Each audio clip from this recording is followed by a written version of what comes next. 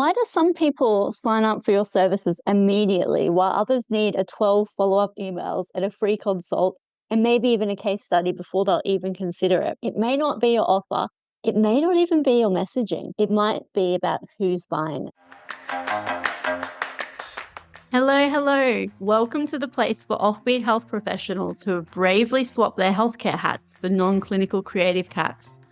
I'm Caitlin, a psychologist turned copywriter, and this is Healers with Hustles. Hi, healers. If you're a healthcare professional stepping into the world of business, whether it's consulting, coaching, or maybe even providing online education, one of the hardest parts is figuring out how to sell without feeling salesy or without trying to shove your offer down your audience's throat, so to speak. And a way that I found to be quite helpful is to understand how different personalities make buying decisions.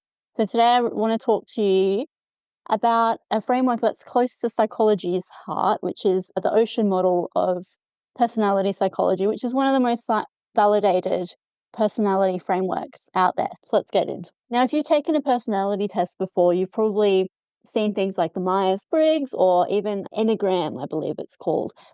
But the most reliable or validated model of personality, what psychologists use in research mainly, is called the Big Five personality traits, or the ocean model. It's openness, conscientiousness, extroversion, agreeableness, and neuroticism. Unlike personality quizzes, this model is based on so much research, and it's even shown to apply across cultures and industries, and even including how people make decisions and buy. So if you're shifting from healthcare into business, this can be quite helpful, because I'm sure you'll come to realize that what made sense in a clinical setting where people trust your expertise implicitly isn't necessarily going to be the case in business, because clients have to actively choose you over someone else. Right, let's go through the different personality types. But I do want to have a little asterisk here saying that, yes, there's the 5 types, but they're also, each of them are on a spectrum between high and low. And so we're talking about the high because that's the easiest to be able to cater to in business and to cater to. So you want to cater to these. The first one is openness, which I call a curious explorer. This is maybe like a visionary type of buyer, the one who's drawn to new ideas or fresh approaches and innovation. They might be people looking for out-of-box solutions. Maybe they love learning, exploring different ways of doing things.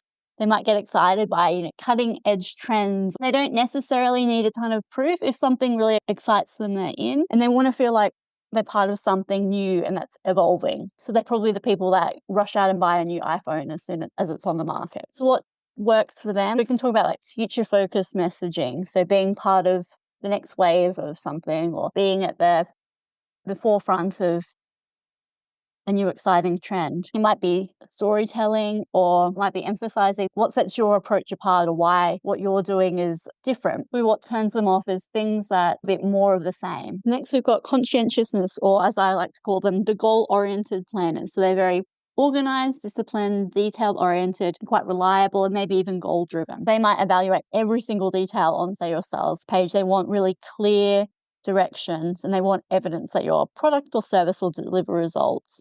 And so ambiguity will make them quite uneasy. So a good way to appeal to these people is to provide clear instructions, so maybe timelines, detailed overview of the modules or whatever's included in the service or product that you're selling. Maybe authority indicators as well, so testimonials or how the results that people have gotten, and of course evidence of success. Next we've got up is extroversion. I like to call these people the connection seekers. They might be really sociable, energetic, enthusiastic, and people focused as well. These buyers thrive on energy and community, so they're drawn to offers that connect people and add excitement. A good way to appeal to these people is to show how your product builds relationships or enhances social experiences, to show your personality and fun as well. But I want to have a little caveat here as well about extroversion versus introversion. Introversion is about how we get our energy right. And so I think even introverts are can be drawn to environments that are energetic and fun and lively and have people and all of that, but it's just we need our rest as well. And so I think particularly in business and sales and all of that, it doesn't necessarily mean because you have a lot of fun, your page is very fun or it's very energetic or social, it doesn't necessarily mean you're going to turn off introverted people. I just want to have a little caveat there because sometimes people get a bit confused about what extroversion means versus what introversion means. Next, we've got agreeableness. So these are the feel-good buyers. So they're really empathetic, cooperative, kind, trusting, and values-driven.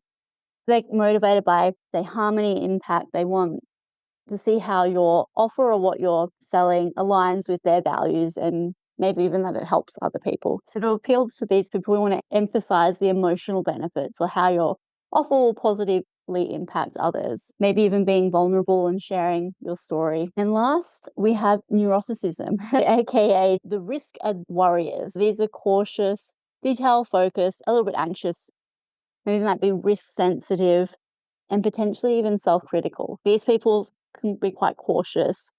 They need a lot of reassurance and safety to feel comfortable buying. So how to appeal to these people is to offer guarantees, refunds or free trials, use calm, reassuring language like risk-free, safe choice, and maybe even using really detailed, frequently asked questions and support options to help ease their concerns. But the thing is, not everyone is only one type. We might be a broad spectrum of all the types. And so that's why it's really important in your messaging, in your pages, in your website, anywhere, is to use all 5 and make sure what you've written speaks to every buyer type. The thing is, a lot of businesses might, whether they realize it or not, only use one type of buyer in their messaging. And that's particularly so because they think that all buyers buy like them. So for instance, buy a little bit on an impulse. If I like something, I'm in. I'm probably very open, I would say. And maybe even extroversion. In person, I'm a huge introvert, but I think in my buyer type, how I buy is openness, and then also I'm probably high on the extroversion in my buyer type rather than myself as a person. But yeah, the problem, before I derail the problem that most people have is that they might only speak to how they buy rather than thinking about who their audience is and how their audience buys. So for instance, like if I assume all of my audience buys the way I do, I might not even have frequently asked questions. I might not lean on a lot of testimonials and things like that. I might just talk about like how fun it's going to be, how cool things are, how different it is, like my approach, how it hasn't been done before, those kind of things. But that might not be the messages or the signals that my audience need to hear to buy. And that's why it's super important for you to think about all the different types of buyers and have a big lolly mixed bag to help appeal to a lot of people. And this is not to say that they're all different types of ideal clients. Like you can have your one ideal client, but there might be different personalities of that ideal client. So if you want a task to do next, take a look at your website or your sales page or even your Instagram. Are you speaking to the different types of buyers? If not, maybe add a mix of logic or emotion, social proof, reassurance to your content and see what happens there. If you want a written example of what I've talked about here in this episode, you can always go to the blog, but you can also look at my Instagram because I did a post about this a little while ago, which I'll link as well in the show notes. But if this episode made you rethink about how you approach, maybe how you sell, definitely follow because I talk quite a lot about psychology and messaging strategies every week. I'm also curious to hear what personality type you think you are in relation to how you buy. All right, until next time. All right. That's the end of another episode. Thank you so much for tuning in to Healers with Hustles. If you've enjoyed today's episode, will you do me a tiny favor and subscribe to the show? Just tap the subscribe button on your favorite podcast platform and you'll be the first to know as soon as a new episode drops. Thanks so much for listening. Okay, ta-ta for now.